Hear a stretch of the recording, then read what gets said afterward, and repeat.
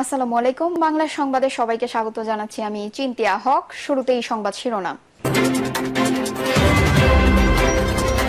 সামরিক হামলার নিন্দা জানিয়ে শান্তিপূর্ণ সমাধানের আহ্বান তারেক রহমানের। এদিকে মৌলিক সংস্কার সম্পূর্ণ করেই নির্বাচনে যেতে হবে বলছেন ইসলামী আন্দোলন। পাকিস্তানের মসজিদে ভারতের হামলার প্রতিবাদে চট্টগ্রামে হেফাজতের বিক্ষোভ। সাংবাদিক নির্যাতন, হামলা ও মামলার প্রতিবাদে করম বিরতির ঘোষণা। ভারত পাকিস্তান যুদ্ধে উত্তেজনার অংশ হবে না বাংলাদেশ বলছেন সাইফুল হক।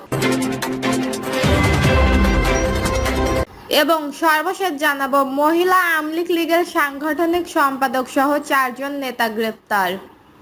শুনছেন সংবাদ শিরোনাম, এবারে বিস্তারিত।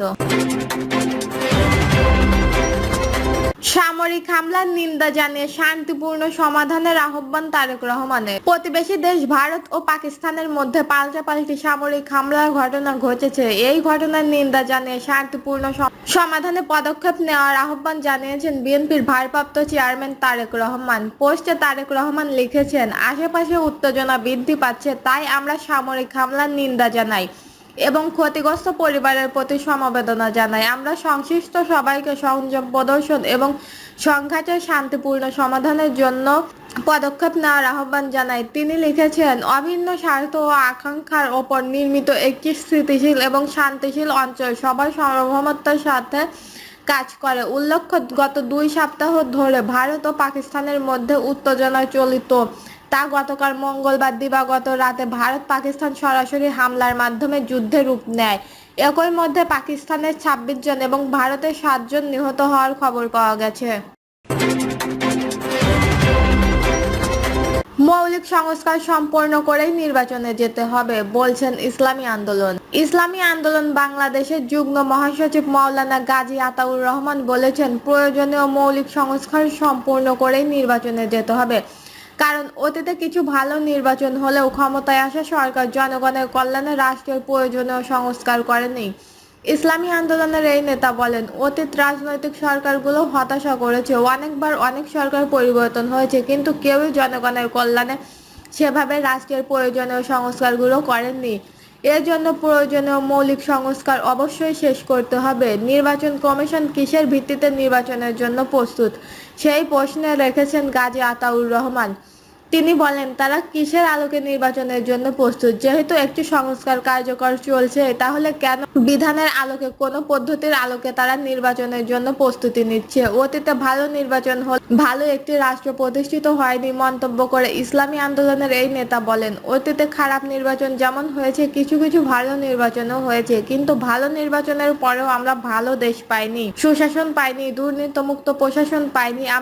আমরা দেখেছি নির্বাচিত সরকারও স্বৈরাচারের ভূমিকায় অবতীর্ণ হয়েছে। পাকিস্তানের মসজিদে ভারতের হামলার প্রতিবাদে চট্টগ্রামে হেফাজতের বিক্ষোভ। পাকিস্তানের মসজিদে ভারতের হামলার প্রতিবাদে চট্টগ্রামে বিক্ষোভ এবং প্রতিবাদ সভা করেছেন হেফাজত ইসলাম বাংলাদেশ।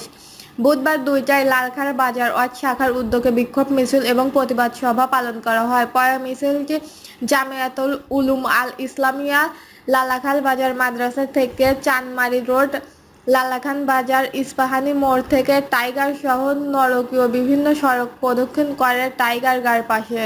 প্রতিবাদ সভায় সভাপতিত্ব করেন দলটির চট্টগ্রাম উত্তর জেলার নেতা মাওলানা জাফর আহমেদ গোয়ারদুয়ারি। লালখান বাজারের ওয়ার্ড শাখার আহ্বায়ক কাজী মোহাম্মদ আলী হাসনাত সঞ্চালক প্রধান অতিথি হিসেবে উপস্থিত ছিলেন।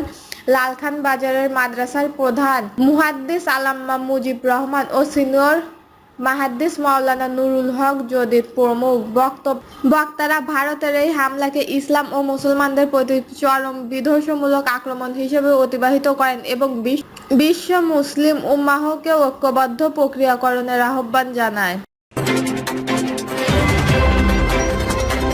সাংবাদিক নির্যাতন, হামলা ও মামলার প্রতিবাদে কর্ম বিরতির ঘোষণা।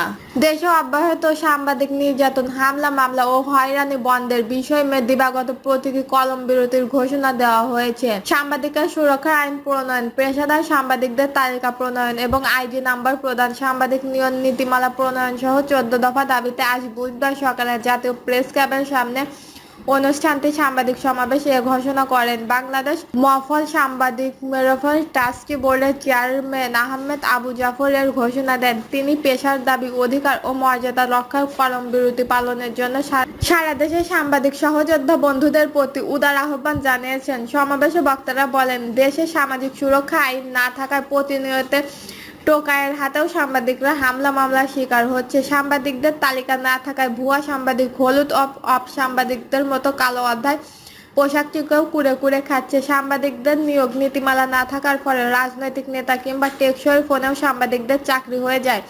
এভাবে রাষ্ট্রীয় চতুর্থ স্থনখান্তর মাধ্যম চলতে পারে না। বাংলাদেশের মস্ত সাংবাদিকদের ফেয়ার ঘোষিত 14 দফা দাবি বাস্তবায়ন হলে সাংবাদিকদের পেটের ক্ষুধা, কর্মক্ষেত্রের নিরাপত্তা এবং নিশ্চয়তা রক্ষা পাবে বলে বক্তারা মনে করেন। নেতৃত্ববৃন্দ উদাহরণস্বরূপ বলেন, সাংবাদিকদের সঙ্গে রাষ্ট্র সব সময় বিমাতাসুলভ আচরণ করেছে। গণমাধ্যমের সপ্তাহের নামে সাংবাদিকরা 9 বছর ধরে একটি সপ্তাহ রাজনৈতিক স্বীকৃতি চেয়েও পায়নি। তারা বলেন, দেশে শিক্ষা সপ্তাহ, স্বাস্থ্য সপ্তাহ, কৃষি সপ্তাহ, মৎস্য সপ্তাহ, পুলিশ সপ্তাহ, পুষ্টি সপ্তাহ সহ অগণিত দিবস রয়েছে। সে সকল সপ্তাহ এবং দিবস আমাদের দেশে রাষ্ট্রীয়ভাবে উদযাপিত হয়, অথচ সাংবাদিকদের একটি মাত্র দিবস 3 মে বিশ্বের অধিকাংশ দেশে রাষ্ট্রীয়ভাবে উদযাপিত হলেও বাংলাদেশে হয় না। এটি গণমাধ্যমের জন্য অমর্যাদাকর ও দুঃখজনক। ভারত পাকিস্তান যুদ্ধ উত্তেজনার অংশ হবে না বাংলাদেশ, বলছেন সাইফুল হক। ভারত কর্তৃক পাকিস্তানের কয়েকটি স্থানে ক্ষেপণাস্ত্র নিক্ষেপ, বেসামরিক নাগরিকদের হতাহত করা এবং যুদ্ধালোচনার পরিস্থিতিতে তীব্র ক্ষোভ এবং উদ্বেগ প্রকাশ করেছেন বিপ্লবী ওয়ার্কার্স পার্টির সাধারণ সম্পাদক সাইফুল হক। তিনি বলেন, এই যুগ্ম উদ্বোধন ভারত পাকিস্তান কোনো দেশ বা জনগণের কল্যাণ বয়ে আনবে না, বরং এই যুদ্ধের বলি হবে উভয় দেশের শিশু, নারী সহ সাধারণ মানুষ। তিনি আরো বলেন, এটা নিশ্চিত যে উভয় দেশের সাধারণ মানুষ এই ধরনের কোনো যুদ্ধ বা যুদ্ধ পরিস্থিতি দেখতে চায় না, কারণ শেষ অভিঘাত এসে পড়ে সাধারণ মানুষের ওপর। দেশের সার্বভৌমত্ব, জাতীয় স্বার্থ ও জাতীয় নিরাপত্তা হুমকির মধ্যে পড়ে এমন সব পদক্ষেপ থেকে অন্তর্বর্তী সরকারকে দূরে থাকার আহ্বান জানান তিনি। সাইফুল হক বলেন, ভারতের বিজেপি সরকার কাশ্মীরে পর্যটকদের হত্যার ঘটনায় পুঁজি করে যে যুদ্ধ উন্মাদনা তৈরি করেছেন তার মূলে রয়েছে ভারত আগামী রাজ্য ও জাতীয় নির্বাচনকে সামনে রেখে নরেন্দ্র মোদী সরকারের উগ্র হিন্দুবাদী রাজনৈতিক মেরুকরণকে নতুন স্তরে উন্নতি করা। এর সাথে যুক্ত রয়েছে কর্পোরেটের ব্যবসায়ীরাও মাদক। পাকিস্তানের বর্তমান শাসন গোষ্ঠীর জন্যও একই কথা প্রযোজ্য। তিনি আরো বলেন, এটা পারমাণবিক শক্তিধর দুই দেশের মধ্যে এমন এক যুদ্ধ যে যুদ্ধে কেউই বিজয়ী হবে না, কিন্তু যুদ্ধের উন্মাদনা এখনই বন্ধ না করলে তা আগামীতে পারমাণবিক অস্ত্র যুদ্ধের ব্যবহারের ঝুঁকি বাড়িয়ে দেবে। যুদ্ধের উন্মাদনা প্রশাসন, জাতিসংঘ সহ আন্তর্জাতিক সম্প্রদায়কে এগিয়ে আসার আহ্বান জানিয়েছেন সাইফুল হক। বলেন, ভারত পাকিস্তানের মধ্যকার এই উত্তেজনার পরিস্থিতির মধ্যে ভারত উস্কানিমূলকভাবে তার দেশের নাগরিকের খাড়াছাড়ি সীমান্ত দিয়ে বাংলাদেশে পুশিন করতে শুরু করেছেন। এদেরকে গুজরাট থেকে ধরে আনার কথা শোনা যাচ্ছে। বাংলাদেশ ভারত সীমান্তের ভারতের একটি অগ্রাসী তৎপরতা বাংলাদেশের জন্য গভীর উদ্বেগের জন্ম দিয়েছে। বাংলাদেশ সরকার অবিলম্বে ভারতের এই উস্কানিমূলক তৎপরতার বিরুদ্ধে পদক্ষেপ নেওয়ার আহ্বান জানান তিনি। মহিলা আওয়ামী লীগের সাংগঠনিক সম্পাদক সহ 4 নেতা গ্রেপ্তার। রাজধানীর বিভিন্ন স্থান থেকে আওয়ামী লীগের নেতা, অঙ্গ ও সহযোগী সংগঠক 4 নেতাকে গ্রেপ্তার করেছে ঢাকা মহানগর গোয়েন্দা পুলিশ। গ্রেপ্তারকৃতরা হলেন মহিলা আওয়ামী লীগের সাংগঠনিক সাধারণ সম্পাদক ইসমত আর হ্যাপি, 33 নম্বর ওয়ার্ড যুবলীগ সভাপতি আজিম মোহাম্মদ মাহমুদ আলম, কেয়ালত থানা ছাত্রলীগের সাবেক সিনিয়র যুগ্ম সাধারণ সম্পাদক সাইফুল ইসলাম সাগর এবং মোহাম্মদ থানা ছাত্রলীগের সহ সাধারণ সম্পাদক তানজিম রহমান আকাশ দেওয়ান। জিবি সূত্রে জানায়, মঙ্গলবার সন্ধ্যা 7টার দিকে ধানমন্ডির এলাকা থেকে ইসমত আরাকেও গ্রেপ্তার করে ডিবি ওয়ালি বিভাগের একটি দল। অন্যদিকে জিবির লালাবাগ বিভাগের একটি দল রাত 10টার দিকে কোয়াতলী এলাকা থেকে মাহবুব আলমকে গ্রেপ্তার করেন। দর্শক, এই ছিল এখনকার সর্বশেষ নিউজটি ভালো লাগলে একটি লাইক দিন, কমেন্টে আপনার মতামত জানান এবং আমাদের পাশে থাকার জন্য বেল আইকনটি অন করে রাখুন। ধন্যবাদ। খালি